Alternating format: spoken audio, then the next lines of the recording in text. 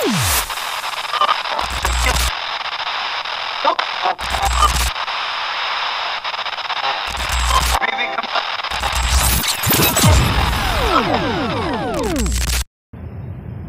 di malam hari ini kita akan membahas satu ayat di dalam Al-Quranul Karim tentang tujuan diciptakan kita semuanya. Allah Subhanahu wa taala berfirman dalam surah Az-Zariyat ayat 56, wa ma khalaqtul jinna wal insa illa liya'budun ma uridu minhum mir rizqin wa ma uridu an yut'imun innallaha huwar razzaqu dzul quwwatil matin. Allah, dan aku tidak menciptakan jin ataupun manusia melainkan supaya mereka beribadah atau mengabdi kepadaku. Aku tidak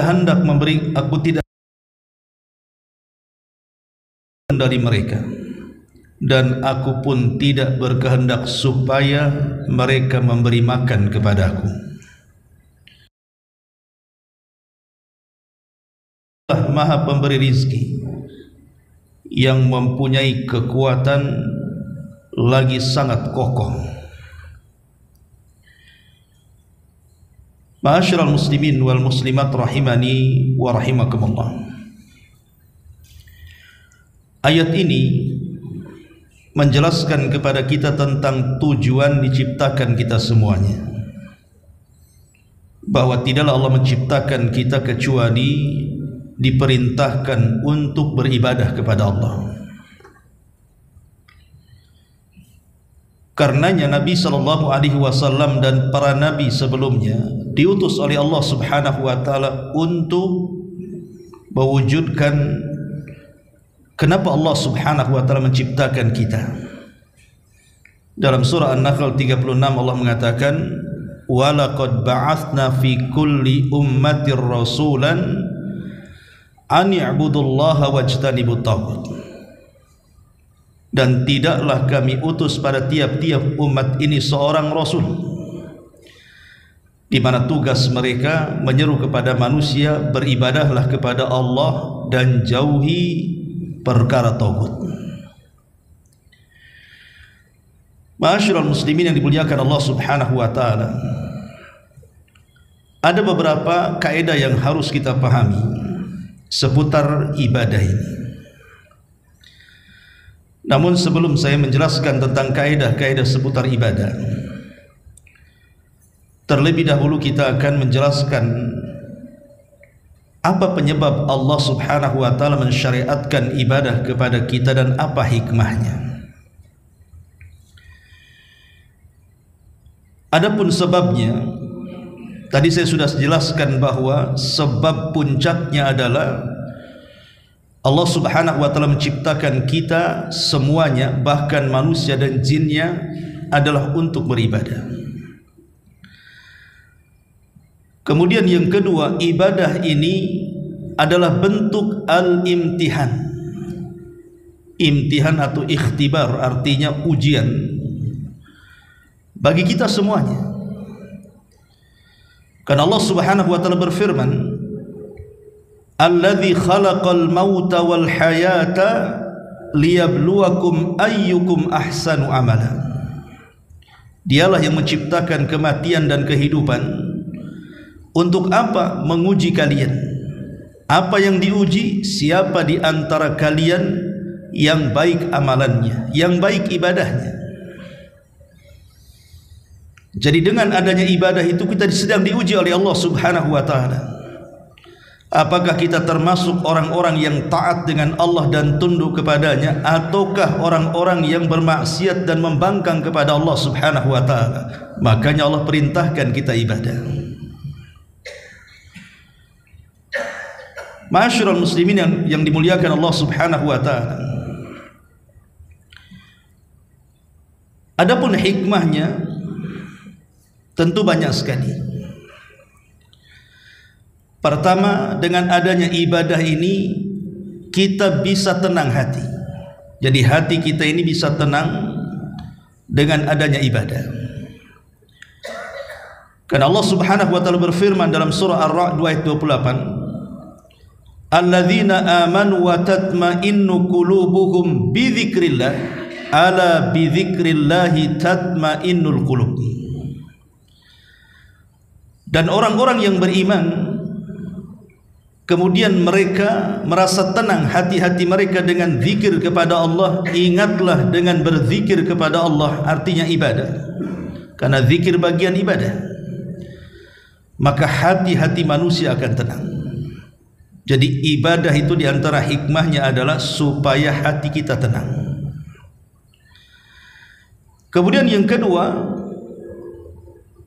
supaya wajah kita bercahaya. Dalam surah Al-Fath ayat 29 Allah mengatakan, simahum fi wujuhihim min athari sujud. Tanda mereka ada pada wajah-wajah mereka dari bekas-bekas sujud mereka. Ulama tafsir mengatakan maksudnya tanda-tanda mereka ada di wajah-wajah mereka dengan pengaruh sujud. Orang-orang yang suka beribadah, Allah akan berikan cahaya di wajah mereka di dunia, di kuburan, bahkan kelak pada hari kiamat. Dan ini sudah saya jelaskan ketika menjelaskan tentang kelompok-kelompok orang-orang yang mendapatkan cahaya. Kemudian yang ketiga, dengan adanya ibadah bisa meluaskan rizki, bahkan keberkahan dalam hidup. Nuh alaihi salatu wassalam pernah menasihati kaumnya saat paceklik yang berkepanjangan hampir 40 tahun lamanya. Nuh mengatakan, faqultu astaghfiru rabbakum innahu kana ghaffara yursilis samaa alaikum midrara wa yumdidkum bi amwalin wa banin wa yaj'al lakum jannatin wa yaj'al lakum anhara. Kata Nuh kepada kaumnya, banyak-banyak istighfar kalian, dan istighfar bagian daripada ibadah. Karena Allah Subhanahu wa taala zat yang maha pengampun lagi maha penyayang. Kalau kalian memperbanyak istighfar, kata Allah, yursilis sama alaikum midrara, Allah akan menurunkan hujan deras kepada kalian. Wa yumdidkum bi amwalin wa banin, Allah akan memperbanyak harta dan keturunan kalian. Wa yaj'al lakum jannatin wa yaj'al lakum anhara, dan Allah akan hasilkan banyak hasil di kebun-kebun dan hutan-hutan kalian, dan Allah aliri sungai-sungai kalian. Lihat bagaimana istighfar bisa membuka banyak rizki kepada kita, dan istighfar bagian daripada ibadah kita kepada Allah Subhanahu wa taala. Kemudian yang keempat, dengan adanya ibadah ini, ja'alallahu azza wa jalla al-ibadat maidanan littasawi. Ulama mengatakan dengan adanya ibadah maka menjadikan manusia setara. Dengan adanya ibadah itu menjadikan manusia setara. Baik Anda kaya, Anda miskin, Anda pejabat, Anda rakyat, berkulit hitam, berkulit putih, berkulit merah, ras apapun itu di mata Allah Subhanahu wa taala sama. Makanya Nabi sallallahu alaihi wasallam dalam khutbah Hajjatul Wada' mengatakan, la fadla bainal a'rabi wal a'jam walal aswad alal ahmar illa bitaqwallahi azza wa jalla. Fa inna Allah azza wa jalla yaqul inna akramakum indallahi atqakum. Nabi mengatakan tidak ada beda antara kalian, hei orang Arab ataupun bukan orang Arab, baik anda yang berkulit hitam atau yang berkulit merah, karena kemuliaan di antara kalian itu ditentukan dengan takwa. Karena Allah Subhanahu wa taala berfirman, sesungguhnya manusia yang paling mulia di antara kalian adalah orang yang bertakwa kepada Allah, dan takwa itu diperoleh dengan ibadah. Ya ayyuhalladzina amanu kutiba alaikumus siyam kama kutiba alal ladzina min qablikum la'allakum tattaqun. Wahai orang-orang yang beriman, berpuasalah kalian sebagaimana puasa ini telah diwajibkan kepada umat sebelum kalian agar kalian bertakwa. Jadi takwa inilah yang membedakan, dan takwa itu dihasilkan dari ibadah. Ketika seseorang kemudian beribadah kepada Allah Subhanahu wa taala, maka terjadi persamaan di sini.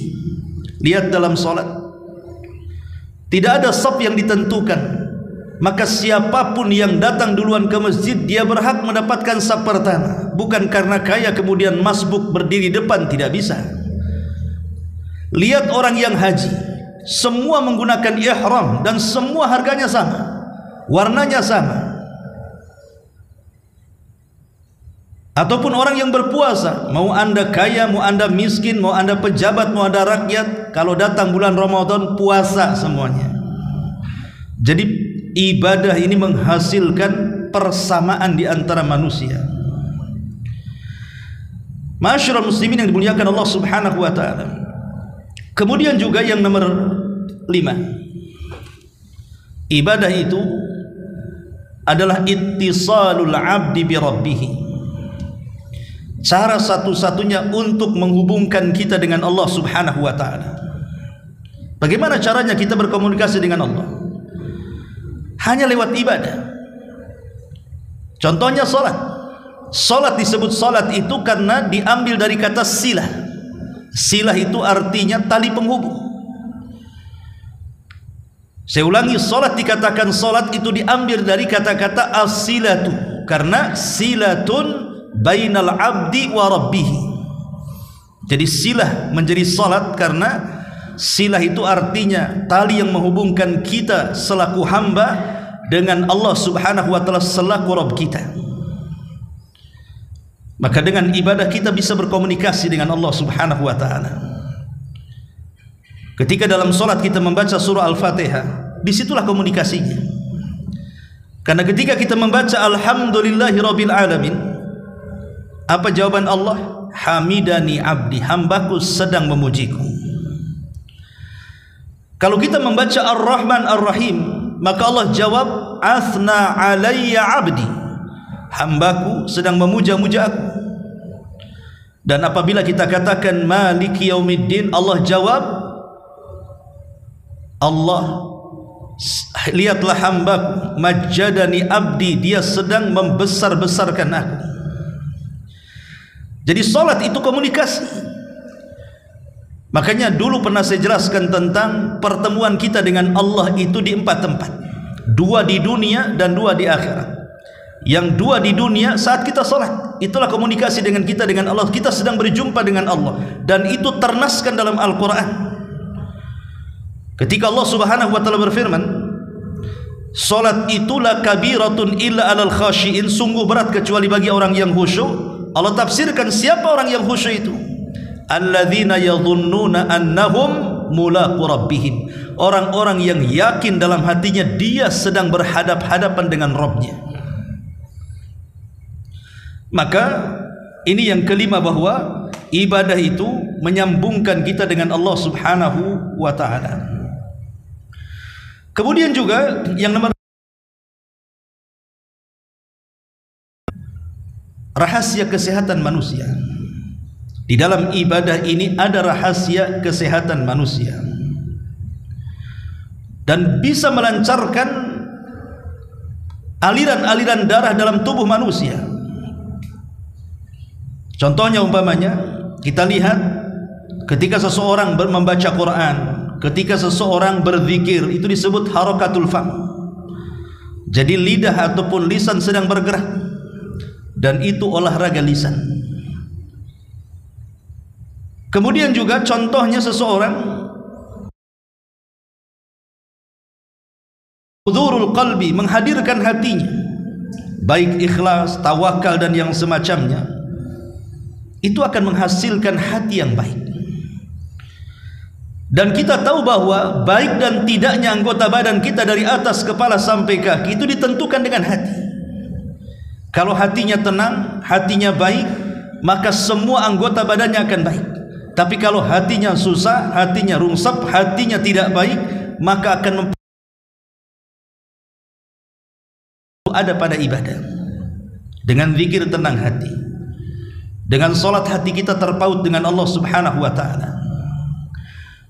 Ataupun puasa, tanya para dokter tentang bagaimana faedah puasa, luar biasa. Makanya hampir semua agama mensyariatkan puasa. Karena bukan hanya bicara soal pahala di balik puasa, tapi lebih daripada itu ada kesehatan di situ. Sebutkan ibadah apa saja, pasti ada mengandung kesehatan di dalamnya. Maka ini di antara faedah ibadah. Kemudian yang selanjutnya, dengan adanya ibadah kita dilatih kedisiplinan sebenarnya, supaya kita tidak menjadi malas. Makanya kenapa Nabi SAW ketika menjelaskan bahwa setan itu setiap malam mengikat tengkuk anak Adam itu 3 ikatan, maka 3 ikatan tidak mungkin dilepas kecuali dengan 3 ibadah. Pertama, ketika bangun dia berzikir kepada Allah, lepaslah 1 ikatan.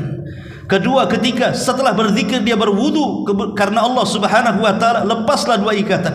Setelah itu kemudian dia melaksanakan sholat, maka 3-tiganya akan lepas. Ketika 3-tiganya lepas, apa kata Rasul? Di pagi harinya jiwanya akan baik dan dia memiliki kesemangatan hidup. Menunjukkan bahwa timbullah gairah hidup, kedisiplinan. Karena ibadah itu kan ada waktu-waktunya, harus disiplin. Ada gerakan-gerakannya, harus disiplin. Ada bacaan-bacaannya, dan begitu seterusnya. Kemudian juga ibadah ini melahirkan akhlak. Rukun Islam yang 5 itu saja, belum cerita yang lainnya, itu sudah melahirkan akhlak kepada kita. Contoh salat, Allah mengatakan inna salata tanha anil fahsya'i wal munkar. Salat itu mencegah perbuatan keji dan kemungkaran. Contoh haji, Nabi SAW mengatakan man hajjal baita walam yarfus walam yafsuk raja'a kayaumin waladathu ummuh.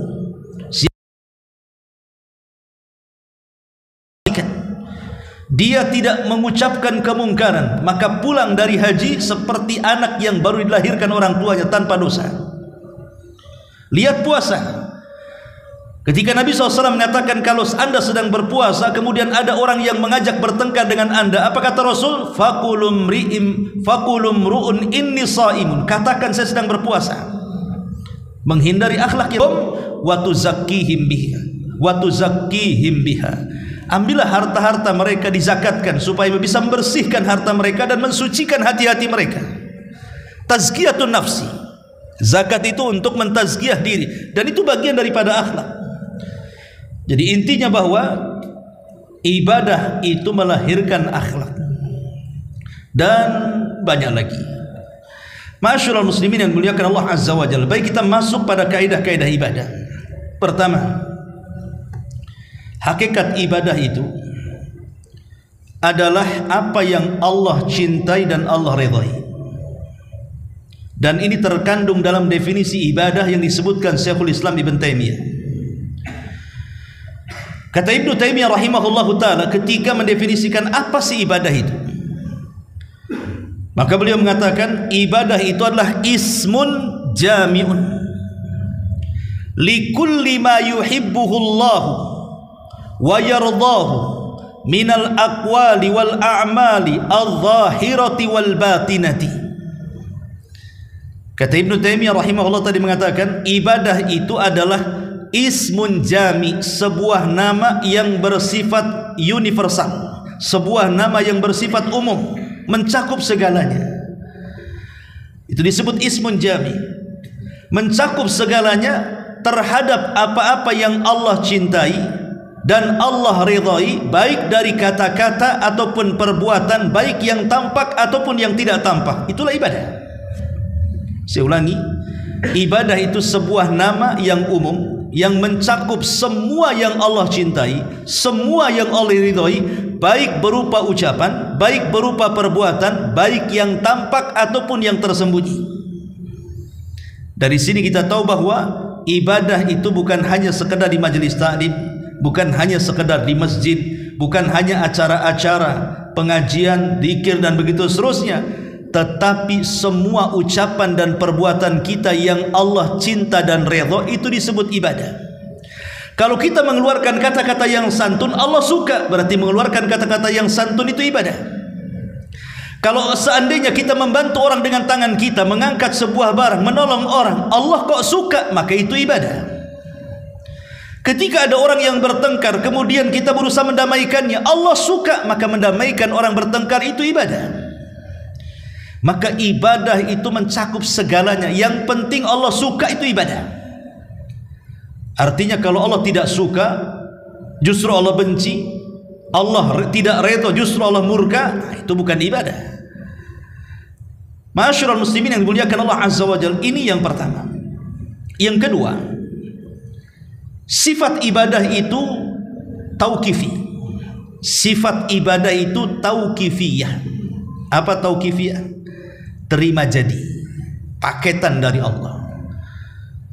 Artinya ibadah itu bukan rekayasa manusia. Tidak ada di dalamnya ikut campur tangan adat istiadat manusia, ataupun tidak ada di dalamnya akal-akalan manusia. Ibadah itu murni datang dari Allah.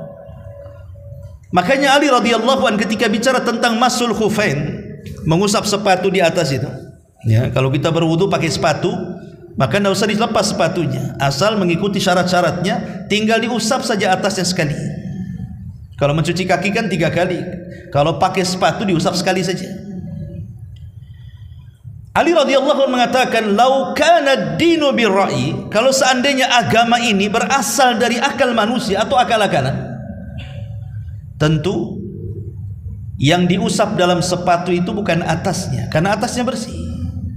Yang kotor itu bawahnya. Kenapa yang diusap bukan tempat yang kotor? Kenapa pula yang diusap tempat yang bersih? Akal tidak menerima di sini. Karena tujuan berwudu itu kan membersihkan kotoran. Kenapa yang bersih diusap, yang kotor pula dibiarkan? Itulah menunjukkan bahwa agama bukan hasil rekayasa manusia. Agama itu rekayasa. Tidak ada rekayasa manusia atau akal manusia. Dia murni tauqifiyah, artinya terima jadi dari Allah Subhanahu wa taala. Tidak boleh dibuat-buat manusia. Karena dia sifatnya tauqifiyah, terima jadi. Apa yang Allah perintahkan laksanakan. Apa yang Allah larang tinggalkan. Apa yang Allah halalkan nikmati. Apa yang Allah haramkan jauhi. Selesai. Itulah ibadah. Yang sifatnya itu terima jadi. Jangan buat-buat. Ini yang kedua. Yang ketiga, bahwa setiap amalan yang telah dipastikan sebagai ibadah, kalau amalan ini sudah dipastikan sebuah ibadah, baik berdasarkan Al-Quran dan Sunnah, maka memalingkannya kepada selain Allah Subhanahu wa ta'ala adalah syirik akbar, kesyirikan. Sesuatu yang sudah diponis ini ibadah, solat kan ibadah, karena ada perintahnya aqimus solat, tegakkan solat, berarti Allah memastikan solat itu ibadah. Maka siapapun yang memalingkan solat kepada selain Allah, maka dia telah menyekutukan Allah. Apalagi doa. Allah Subhanahu wa ta'ala mengatakan, wa idza sa'alaka ibadi anni fa inni qarib ujibu da'watad da'i idza da'an falyastajibu li wal yu'minu bila'allahum yarshudun. Apabila hamba-hambaku bertanya kepadamu wahai Muhammad tentang aku, katakan aku dekat. Akulah yang mengijabah setiap doa orang yang berdoa kepadaku. Artinya ibadah, doa adalah ibadah, karena nas hadis juga mengatakan ad-du'a'u huwal ibadah. Doa adalah ibadah. Sesuatu yang sudah pasti itu ibadah, maka apabila dipalingkan kepada selain Allah Subhanahu wa ta'ala, maka anda jatuh kepada kesyirikan. Karena doa adalah sebuah ibadah yang tidak boleh dipalingkan kecuali kepada Allah. Ketika doa ini dipalingkan kepada kuburan, walaupun kuburan ini dianggap orang saleh meminta-minta di situ, maka anda telah terjerumus kepada kesyirikan. Karena meminta-minta di kuburan, meminta-minta kepada dukun, meminta-minta dan percaya kepada tangkal ataupun yang lainnya, maka anda telah memalingkan sebuah ibadah dan terjerumus kepada kesyirikan. Ini yang ketiga. Yang keempat, bahwa Syarat diterima ibadah itu ada 3. Kalau ibadah kita ingin diterima, maka lakukan 3 perkara. Pertama, Anda harus seorang muslim. Kalau seorang muslim beribadah, pasti diterima. Tapi kalau Anda orang kafir, pasti ditolak. Karena Allah Subhanahu wa taala mengatakan, a'maluhum karamadin istaddat bihir rih. Amal orang-orang kafir pada hari kiamat seperti debu yang ditumpuk kemudian dihempas angin sampai habis. Amal mereka tidak ada guna. Sebaik apapun mereka di dunia, balasannya di dunia saja. Di akhirat mereka tidak ada bagian sedikit pun. Karena syarat diterima ibadah itu harus orang muslim. Yang kedua, harus ikhlas. Walaupun ada seorang muslim, tapi kalau tidak ikhlas karena Allah Subhanahu wa taala, percuma. Ketika Anda beribadah karena manusia riya, ingin dipuji manusia, ingin didengar manusia, takabur di hadapan manusia, maka ibadahnya ditolak. Ana aghna syuraka 'ani syirki man 'amila 'amalan asyraka bi ma'i taraktuhu wa syirkahu. Akulah zat yang paling kaya dari seluruh sekutu-sekutuku, maka siapa yang beramal saleh menyekutukan aku di dalamnya, aku tinggalkan kesyirikan dan para pelakunya. Ini Allah berfirman hadis qudsi. Artinya bahwa siapapun yang memalingkan ibadah karena manusia, karena pujian dan begitu seterusnya, maka ditolak ibadahnya. Karena harus ikhlas karena Allah Subhanahu wa taala. Wa ma umiru illa liya'budullaha mukhlishina lahuddin. Tidaklah mereka diperintahkan untuk beribadah kecuali ikhlas, ketaatan hanya diberikan kepada Allah. Yang ketiga, harus ittiba, mencontoh Nabi. Anda seorang muslim, Anda sudah ikhlas, tapi ibadah Anda tidak mencontoh Nabi, Anda buat-buat sendiri. Salat Isya tadi saya buat 10 rakaat. Diterima salatnya? Tidak diterima. Karena Rasul tidak mencontohkan salat Isya itu 10 rakaat.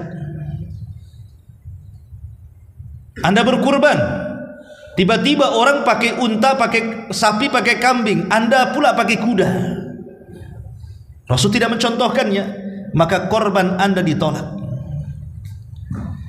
Anda masuk rumah, tiba-tiba setiap masuk rumah melaksanakan 2 rakaat salat. Harusnya masuk masjid, itulah 2 rakaat salat tahiyatul masjid. Ini tidak masuk rumah, 2 rakaat salat tahiyatul bait namanya. Diterima salatnya? Tidak diterima karena Rasul tidak mencontohkannya. Atau Anda kemudian menyembelih kurban sebelum salat Id, diterima ibadahnya? Tidak, walaupun itu adalah hari Idul Adha, karena waktunya sudah ditentukan setelah salat Id baru diterima. Kalau sebelum salat Id disembelih, itu bukan kurban namanya, hanya penyembelihan biasa, karena tidak mencontoh Nabi sallallahu alaihi wasallam. Jadi ibadah ini harus mencontoh Nabi sallallahu alaihi wasallam. Pertama, dalam bilangan. Kalau Rasul sudah menyebutkan bilangan, maka jangan membuat bilangan baru.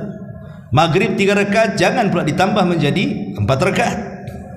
Wudu 3 kali 3 kali, jangan ditambah jadi 4 kali 4 kali 5 kali 5 kali. Karena Rasulnya wa zalama, barang siapa yang menambah dalam basuhan wudu lebih daripada 3, dia telah berbuat jahat dan zalim. Karena Rasul tidak mencontohkan. Pamannya sebab masuk masjid salat betul, tapi sebab masuk rumah salat tidak ada hadisnya, tidak ada perintahnya. Ataupun masalah kaifiyah cara.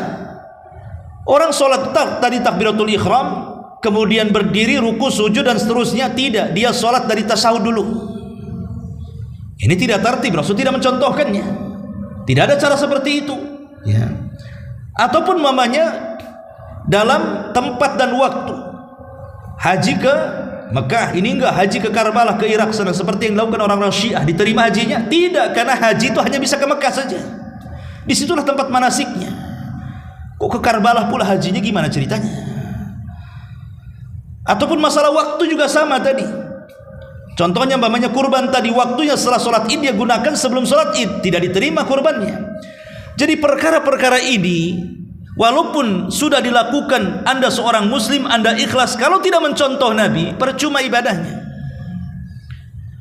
Dan tiga-tiganya harus ada. Inilah disebut syarat diterimanya amal.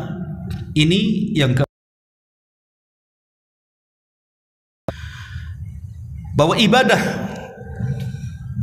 itu tidak, ibadah itu kan ada dua, ada ibadah badan, ada ibadah hati. Dan ibadah badan itu ditentukan ibadah hati. Ingat, Anda dapat pahala saat sholat. Itu sholat kan ibadah badan, itu ada gerakan-gerakannya. Sedekah juga ibadah harta, haji juga ibadah harta dan badan.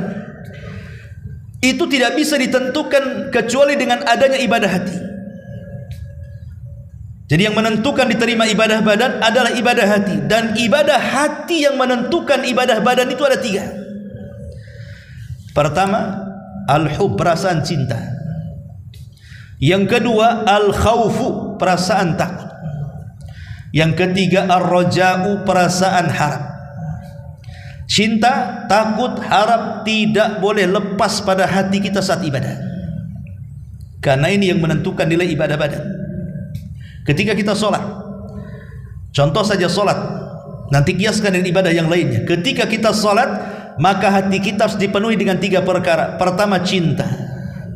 Saya melaksanakan sholat ini karena cinta, bukan terpaksa. Sebab kalau sholat terpaksa tidak akan diterima. Belum tentu, karena dilakukan dengan cara terpaksa. Kemudian yang kedua, takut. Takut kalau seandainya sholatnya itu tidak diterima. Takut kalau seandainya sholatnya tidak berpahala, sehingga menimbulkan perasaan khusyuk. Orang kalau umpamanya sholat tidak takut, asal-asalan dia. Bisa saja umpamanya cepat kilat kan gitu, tidak tumakninah karena tidak ada perasaan takut. Percuma ibadahnya. Kemudian yang ketiga, adanya perasaan harap. Berharap bahwa sholat saya diterima, bahwa sholat saya ini dapat pahala, bahwa sholat kita ini mengantarkan saya ke dalam sorga. Itu harapan namanya. Karena biasanya harapan itulah yang menjadikan orang semangat untuk beribadah. Contoh mamanya, kalau saya katakan kamu jadi tukang bangunan di rumah saya, kerjakan rumah, 1 hari gajinya 1 miliar. Ada harapan mendapatkan 1 miliar. Boleh jadi sebelum subuh sudah datang itu. Dan mungkin juga nggak diawasi pun dia akan kerja saja 1 miliar 1 hari kan gitu. 1 miliar itu tidak ada apa-apanya dibandingkan surga. Ketika kita ada harapan di situ, semangat ibadah kita. Makanya inilah yang menentukan ibadah adalah ibadah badan, adalah ibadah hati yang tiga ini. Takut, cinta, dan harap. Masyarul muslimin yang dimuliakan Allah Azza wa Jalla. Kemudian yang nomor 7. Yang nomor 6, bahwa ketika seseorang beribadah kepada Allah Subhanahu wa ta'ala, ibadah yang kita lakukan sampai sholat tadi isya, atau sekarang antum sedang duduk mendengarkan kajian, atau mungkin besok anda akan berpuasa dan begitu seterusnya, atau mungkin ingin bersedekah, tidak mungkin terjadi kecuali semuanya karena pertolongan Allah. Kalau Allah tidak tolong, tidak mungkin kaki antum datang ke Muhajirin.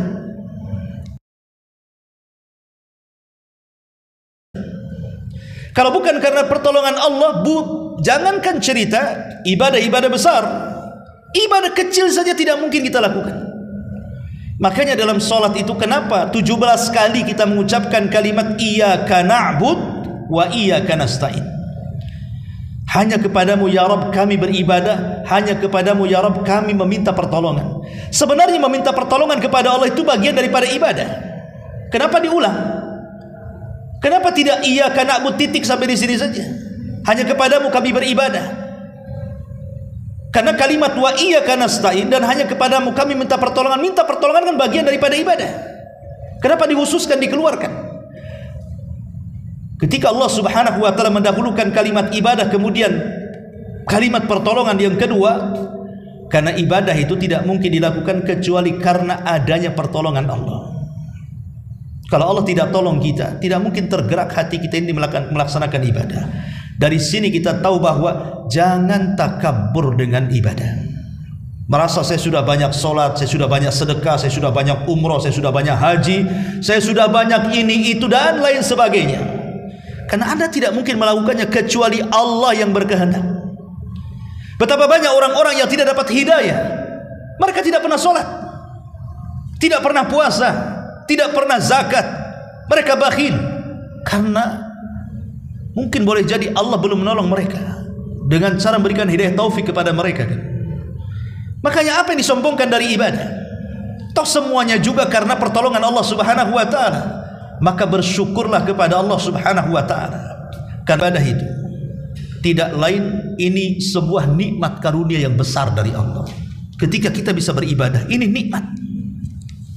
Karena banyak orang yang luang waktu, punya tenaga, sehat badan, punya biaya, tidak sanggup mereka beribadah. Ada waktu, tidak pun dia datang ke pengajian, tidak pun dia itu sholat berjamaah, tidak pun mungkin dia punya kemampuan harta banyak, tak mau pula sedekah dia. Jadi orang-orang yang kemudian dia mampu melaksanakan apa yang manusia tidak mampu, maka anda telah diberikan nikmat yang paling besar dalam bentuk hidayatut taufik namanya. Dan nikmat hidayah itu setinggi-tingginya nikmat dalam badan kita. Rumah mewah, kendaraan indah, tanah di mana-mana, uang triliunan, tidak seberapa dengan nikmatul hidayah. Nikmatnya sebuah hidayah. Kenapa? Karena gemerlapnya keindahan dunia itu ada waktunya kita akan meninggalkannya. Boleh jadi dunia yang meninggalkan kita atau kita yang meninggalkan dunia. Tapi hidayah itu akan terus dibawa kenikmatannya sampai setelah kematian kita. Ma'asyiral muslimin wal muslimat rahimani wa rahimakumullah. Dan ingat bahwa yang keberapa? Yang ke-8. 8. Bahwa manfaat ibadah itu tidak kembali kepada Allah. Ingat, manfaat ibadah itu tidak kembali kepada Allah, tapi manfaat ibadah itu kembali kepada kita. Allah tidak berhajat dengan ibadah kita. Makanya lihat di dalam Al-Quran itu banyak sekali kalimat-kalimat, wa man syakara fa innama yashkuru li nafsi. Siapa yang bersyukur, hakikatnya dia telah bersyukur untuk dirinya, bukan untuk Allah. Kemudian Allah mengatakan, man ihtada fa innama yahtadi li nafsi. Barang siapa yang mendapatkan hidayah itu untuk dirinya. Kemudian juga Allah mengatakan, in ahsantum ahsantum li anfusikum wa in asatum falaha. Kalau kalian melakukan kebaikan, kebaikan itu kembali kepada diri kalian. Sebagaimana kalau kalian berbuat jahat, kejahatan itu kembali kepada diri kalian. Jadi Allah Subhanahu wa taala tidak berhajat dengan kita, tidak berhajat dengan ibadah kita. Semua ibadah yang kita lakukan itu hajatnya kembali kepada kita, kebaikannya kembali kepada kita, tidak ada kepada Allah. Satu dunia kufur tidak bisa mengurangi kekuasaan Allah. Satu dunia beriman tidak menambah kekuasaan Allah. Kita ini adanya tidak menggenapkan, perginya juga tidak mengganjilkan. Bagi Allah Subhanahu wa taala kita ini apa? Kita ini makhluk kecil yang kalau seandainya jin dan manusianya berkumpul di sebuah tanah lapang, kemudian mereka meminta sesuatu kepada Allah dengan permintaan yang satu dengan yang lainnya, jin dan manusianya berbeda-beda, dari mulai orang hidup sampai terakhir mati, Allah sanggup memberikan semua permintaannya. Dan Allah sanggup memberikan permintaannya hanya seperti tetesan yang di ujung jarum yang dicelupkan di tengah-tengah lautan. Lautan itulah kekayaannya. Satu tetes yang di ujung jarum itulah cukup untuk mengabulkan semua permintaan manusia dan jinnya. Allah itu kaya, artinya dia tidak butuh dengan kita. Walillahil matsalul a'la. Walillahil matsalul a'la. Tentu bagi Allah permisalan lebih tinggi. Sesama manusia saja, ada orang yang triliunan, kaya raya, tiba-tiba kita ngasih uang 100.000, 200.000, mungkin diketawakan dari mereka. Boleh jadi kemudian mereka mengatakan, kau menghina aku, uangku triliunan, ngapain kau kasih sedekah sama aku? Itu sesama manusia bisa tersinggung loh ya. Kalau ada orang miliarder, triliunan duitnya, tiba-tiba ada orang yang sedekah kepada dia 100-200.000, apa enggak marah dia? Serasa dihina kan? Tapi Allah Subhanahu wa taala tentu berbeda kekayaan dengan manusia. Dia zat yang jauh lebih kaya. Dia tidak berhajat dengan kita. Makanya tadi ayat yang kita baca, wa ma khalaqtul jinna wal insa illa liya'budun ma uridu minhum mir rizqin wa ma uridu an yut'imun. Tidaklah aku ciptakan jin dan manusia kecuali untuk beribadah kepadaku. Aku tidak hendak meminta rizki kepada mereka sedikit pun, dan aku tidak hendak meminta agar mereka beri makan sedikit pun kepadaku. Kenapa? Innallaha huwar razzaqu dzul quwwatil matin. Karena dia zat yang maha pemberi rizki, dia yang ngasih rizki kepada kita, dan dia zat yang maha kuat lagi maha kokoh. Masyarul muslimin yang dimuliakan Allah Subhanahu wa taala. Maka dari sini perlu kita pahami bahwa jangan mengatakan Allah berhajat dengan kita. Kita yang berhajat dengan Allah. Dan ibadah itu akan kembali kepada kita, bukan kembali kepada Allah Subhanahu wa taala. Masyarul muslimin yang dimuliakan Allah Subhanahu wa taala. Kemudian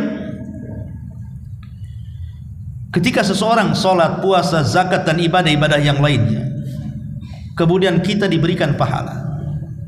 Ingat, ganjaran atas ibadah yang kita lakukan adalah murni karunia pemberian dari Allah Subhanahu wa taala. Semua pemberian dari Allah, murni. Tidak ada makhluk selain daripada Allah yang mampu memberikan pahala kepada kita. Makanya orang-orang yang ria nanti pada hari kiamat, Allah akan katakan apa? Sekarang kau datang kepada orang yang dulu kau harapkan pujiannya, minta kepada dia pahala.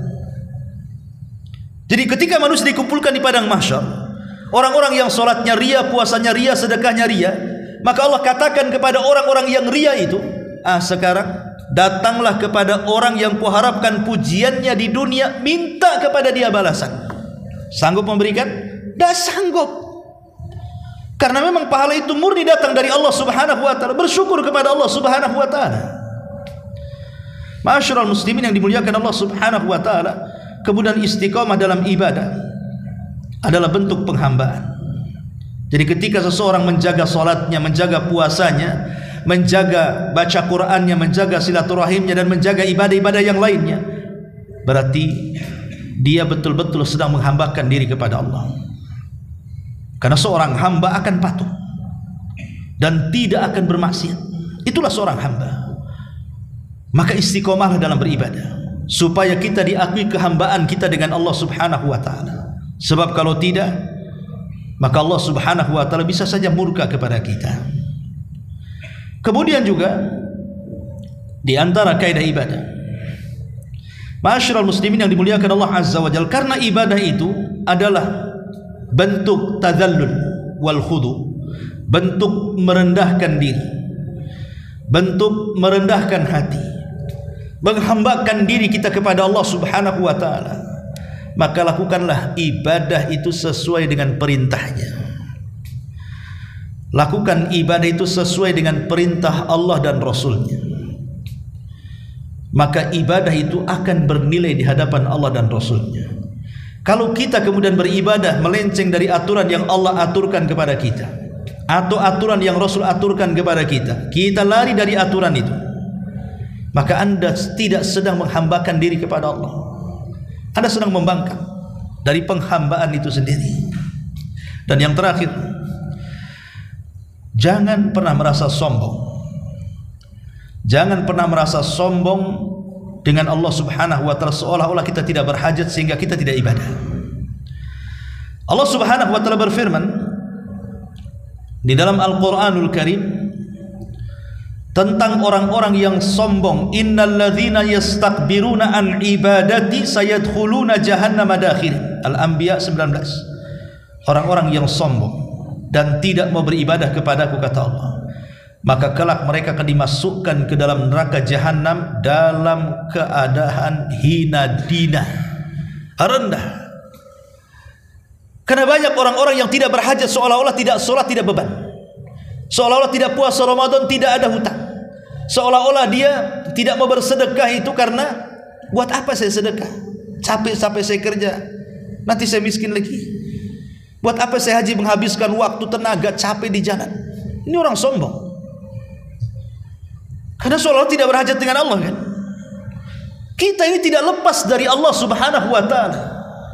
Makanya kenapa Nabi SAW selalu berdoa, Allahumma la takilni ila nafsi tarfata ain. Ya Allah, jangan kau lepaskan dirimu dari aku walaupun sekejap mata. Itu doa Nabi. Jangan kau lepaskan ya Rabb dari diriku walaupun sekejap mata.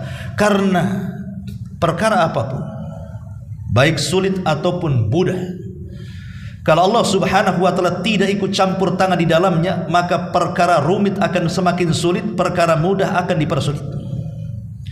Karena semua perkara dapat diselesaikan dan diuraikan baik besar atau kecil itu tidak lain dan bukan karena pertolongan Allah. Allah yang menciptakan masalah, Allah juga yang melepaskannya. Maka pentingnya kita untuk senantiasa rendah diri kepada Allah subhanahu wa ta'ala. Wallahu alam, ini diantara hakikat dan kemuliaan ibadah. Sampai di sini saja ya. Subhanallah bihamdika asyhadu an la ilaha illa anta astaghfiruka wa atubu ilaik. Allahu ta'ala alam. Assalamualaikum warahmatullahi wabarakatuh.